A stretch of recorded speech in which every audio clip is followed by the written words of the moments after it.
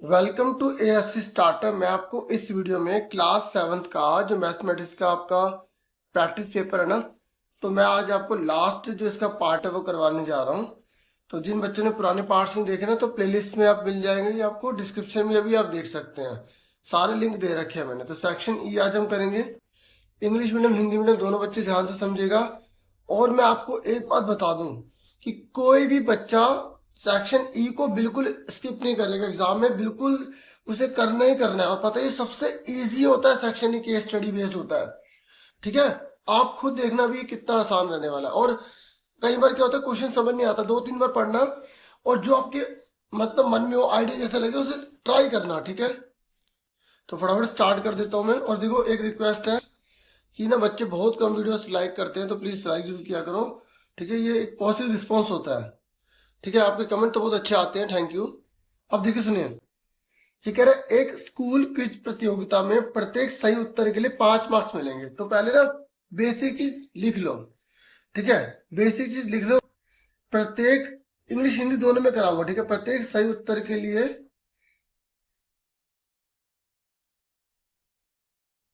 अंक, प्रत्येक सही उत्तर के लिए अंक कितने मिल रहे हैं हमें? यहाँ पे +5 मिल रहे हैं आपको। कि सर आपने तो क्वेश्चन भी नहीं पढ़ा, आप सीधा आंसर करने लग गए। ठीक है, देखो इस तरीके की ना आदत बनानी चाहिए। थोड़ा जैसे क्वेश्चन में जो समझ में आ रहा है वो मिनट में चीज उतार ली। ठीक है, इसमें बोला है कि 5 मार्क्स मिलेंगे एवरी करेक्ट आंसर के। ठीक है, तो क्या लिखेंगे? मार्क्स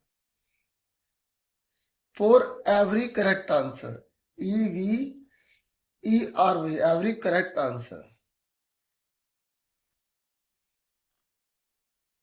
तो हमने यहाँ पर लिख लिया कि 5 मार्क्स हमें मिल रहे हैं। ठीक है, फिर यहाँ पर इन्होंने बोला है 2 मार्क्स जो है कट जाएंगे इनकरेक्ट आंसर के।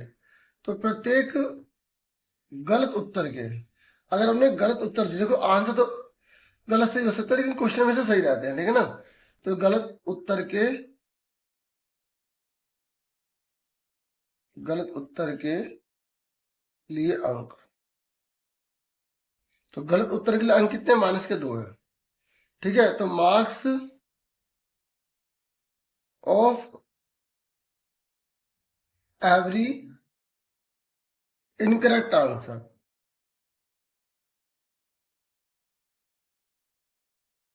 ठीक है, -2 हमने लिख दिया। तो मैं इसके नीचे बुक रख लेता हूँ ना, थोड़ा प्रॉब्लम हो रही है लिखने में। ठीक है, अब सुनो मेरी बात, यहां तक लिख लिया। अब पढ़ते क्वेश्चन। ये कह रहे हैं, ये कह रहे हैं अगर क्वेश्चन अटेम्प्ट नहीं किया तो कोई मार्क्स नहीं मिलेगा।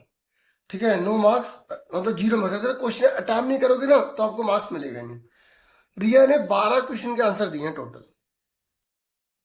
ठीक है, यहां पर आप पढ़ सकते हैं हिंदी में भी। 12 प्रश्नों के उत्तर दिए हैं रिया ने, 8 सही करे हैं। अब नीचे पूछा है कि रिया ने सही उत्तरों के लिए कितने अंक प्राप्त किए, गलत उत्तर के लिए कितने अंक प्राप्त किए, और कुल उसके कितने अंक है। देखो कितना इजी है, ध्यान से देखो। ये रिया, ठीक है, तो इसने करेक्ट आंसर कितने किए हैं ऐसे आप बना लेना। ठीक है, करेक्ट आंसर। और यहां पर क्या है? Wrong answer.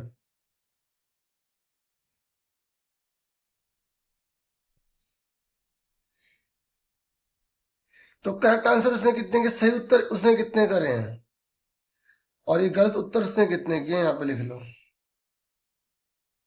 तो सही उत्तर उसने कितने किए रिया ने? देखो टोटल 12 है, सही उसमें से 8 है। देखो सही उसमें से 8 है, तो सही 8 हो तो गलत कितने हुए? 4 हुए ना।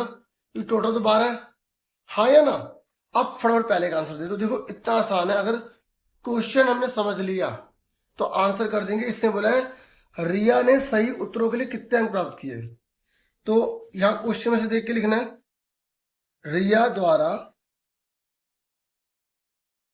सही उत्तर, सही उत्तरों के लिए प्राप्त अंक। तो रिया ने सही उत्तरों के लिए कितने अंक प्राप्त किए, तो ऐसे ही। अब आप मुझे बताओ, एक आंसर सही के 5 मार्क्स हैं और उसने 8 सही दिए हैं, तो उसे कितने मार्क्स मिले होंगे? जल्दी बताओ। तो Riya score four for the correct answer. जल्दी बताओ कितने मिले होंगे।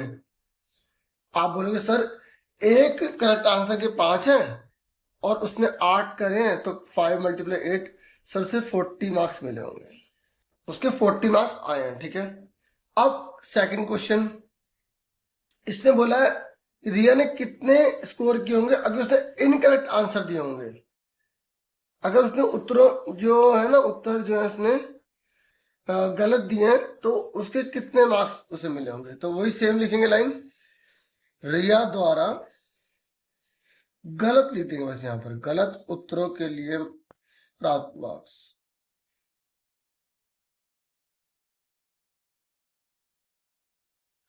प्राप्त अंक, बस ये थ्योरी थ्योरी लिखनी है, ठीक है ना। बाकी तो सारा आप देख रहे हो कितना आसान है।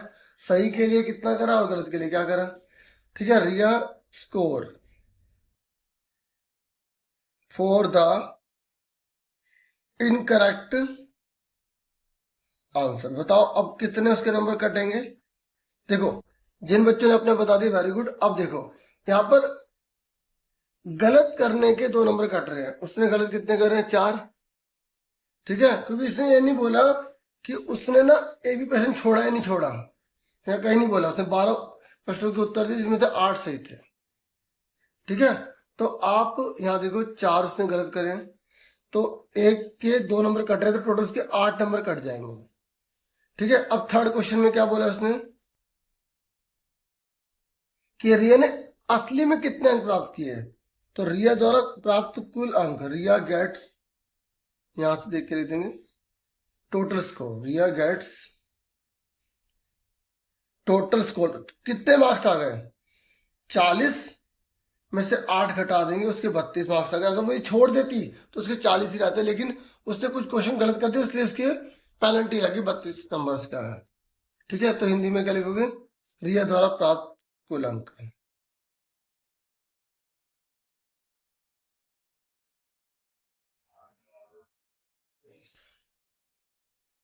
तो इस तरीके से हमारा आंसर आ गया। क्लियर हो गया। देखो मैंने क्या कहा था, बहुत इजी आता है ऐसे क्वेश्चन।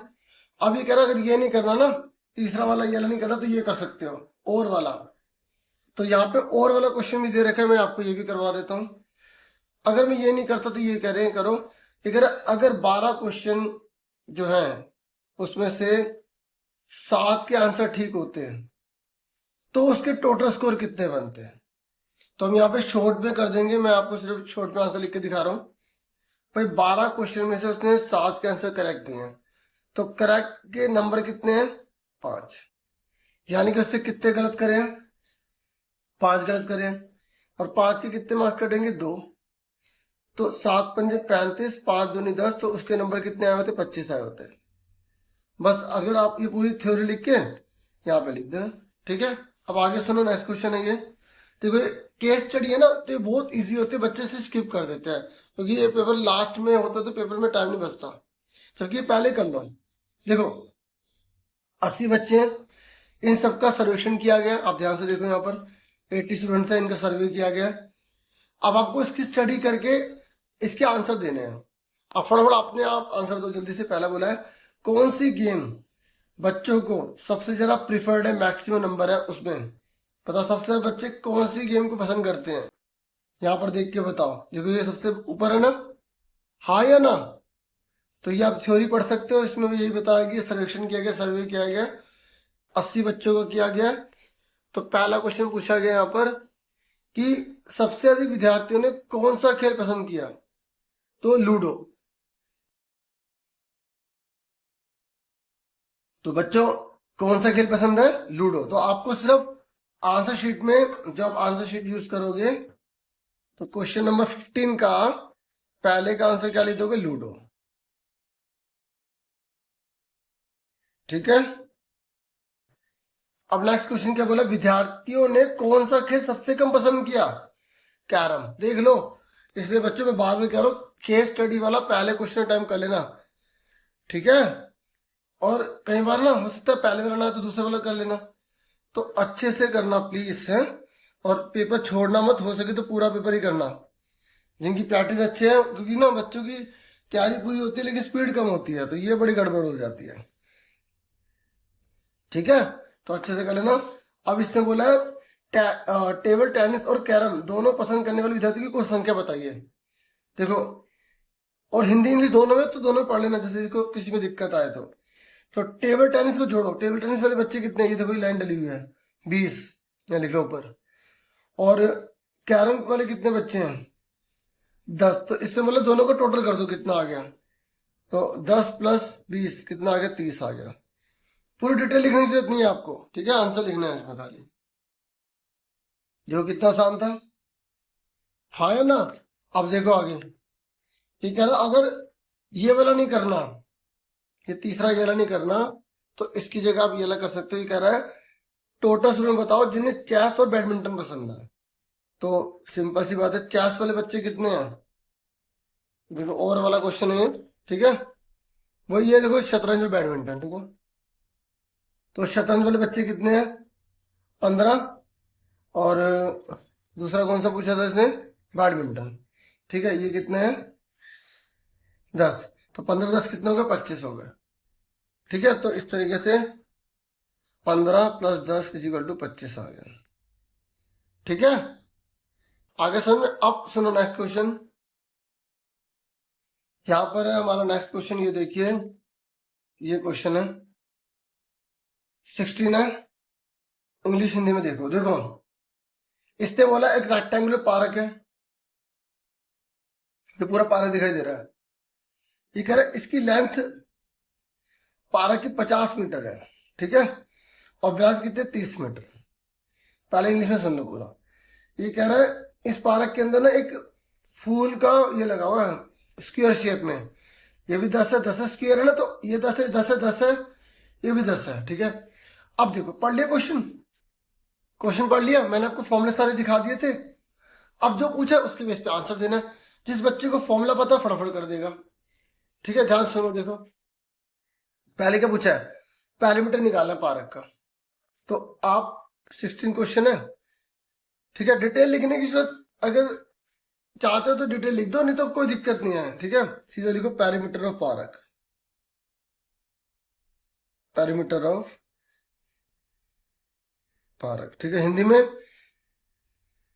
पार्क का परिमाण, सीधा आंसर से करो क्योंकि टाइम कम होता है, ठीक है। जहाँ पे देखो इसी के मार्क्स होंगे, अपने मार्क्स नहीं कटेंगे अगर आपने डिटेल नहीं लिखे, तो ऐसा मत सोचना, ठीक है, कि आपके मार्क्स कट जाएंगे। अब पैरामीटर पार्क बोला है, तो अब मुझे बताओ ये जो पार्क है ये कौन सी शेप का है, ये रेक्टेंगुलर शेप का। तो रेक्टेंगुलर शेप का है तो क्या फॉर्मूला होता है, 2 ब्रैकेट में लेंथ प्लस ब्रेथ। और एक बार बताऊं, जिस बच्चे को कंसेप्ट क्लियर है ना कि पैरामीटर का मतलब बाउंड्री होता है, तो अगर उसका फॉर्मूला भूल भी गया तो बाउंड्री को टोटल कर देगा। मेरी बात समझो मैं क्या कह रहा हूँ। जैसे अगर किसी बच्चे को फॉर्मूला भूल गया तो उसे पता है पैरामीटर मतलब होता है बाउंड्री, तो 50 50 30 30 जोड़ देगा, हाँ है ना, तो 160 आ गया। अब जिसको फॉर्मूला पता फॉर्मूला लिख लेगा। 2 ब्रैकेट में लंबाई कितनी है 50, चौड़ाई कितनी है 30। पता 2 क्यों लिखते हैं, क्योंकि 2 बार लंबाई है 2 बार चौड़ाई है, ठीक है। तो ये कितना आ गया 80, ये आ गया 160, ठीक है। तो इस तरीके से मीटर की पावर 2 मीटर आ गया खाली, क्योंकि पैरामीटर है तो मीटर में होता है। आगे से देखो पहला पार्ट हमने कर दिया। ये कह रहा है एरिया निकालो, तो एरिया का फॉर्मूला क्या होता है बताओ, एरिया ऑफ स्क्वायर। अच्छा देखो, स्क्वायर फ्लावर बेड का निकालना है, एरिया ऑफ स्क्वायर फ्लावर, और फ्लावर बेड, ठीक है, हिंदी में जो क्यारी बनी हुई है, फूलों की क्यारी का क्षेत्रफल।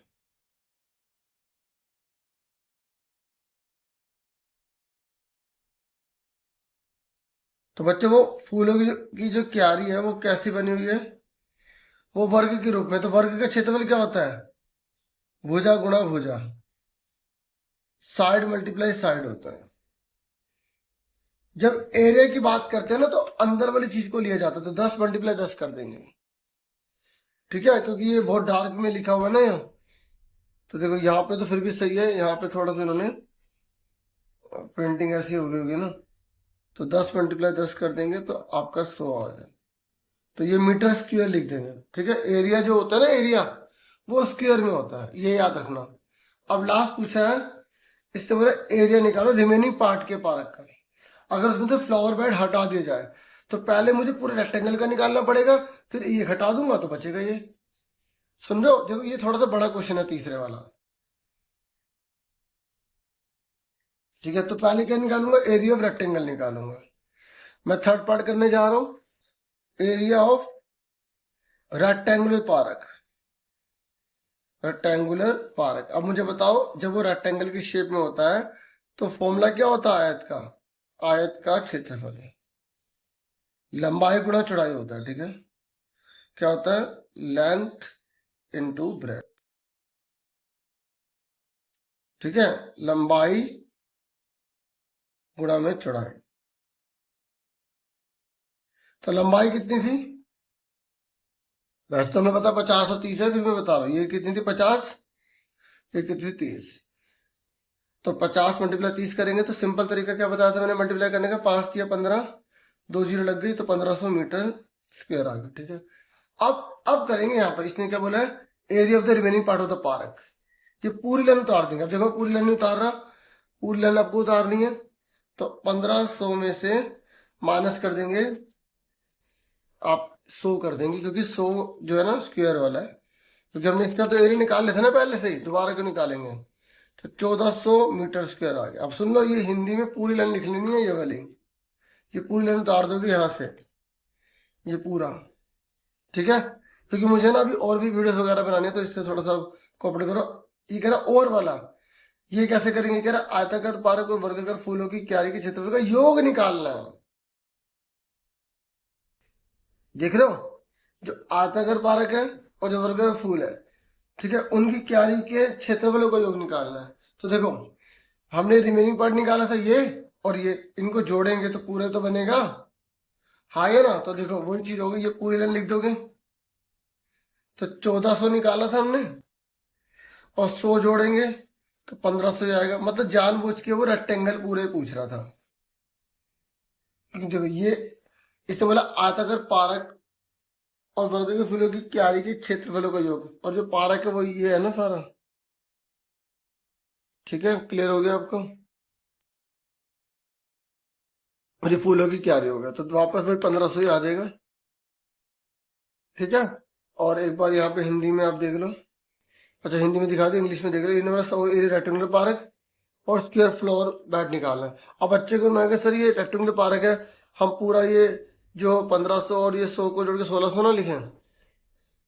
देखो यहाँ पर पूरा इसने क्लियर नहीं करा कि इंक्लूडिंग है नहीं, तो जब नहीं बोला होता ना तो हम ये मान के चलते हैं कि पार्क ये पूरा है और ये फूलों की क्यारी है, ऐसे मान के चलते हैं। ठीक है, और अगर ज़्यादा हो, आपको लग रहा है कि आपको नंबर कट जाएंगे, तो नोट लिख देना कि हम ये मान के चलते हैं कि वो रिमेनिंग की बात कर रहा था। तो ऐसे क्या होता है, मार्क्स नहीं कटते अगर आंसर दूसरे के हिसाब से लिखा हो। इससे क्या होता है कि बच्चे को पूरी नॉलेज थी। तो इतना ही था इस वीडियो में। Thank you for watching and listening carefully. Take care students.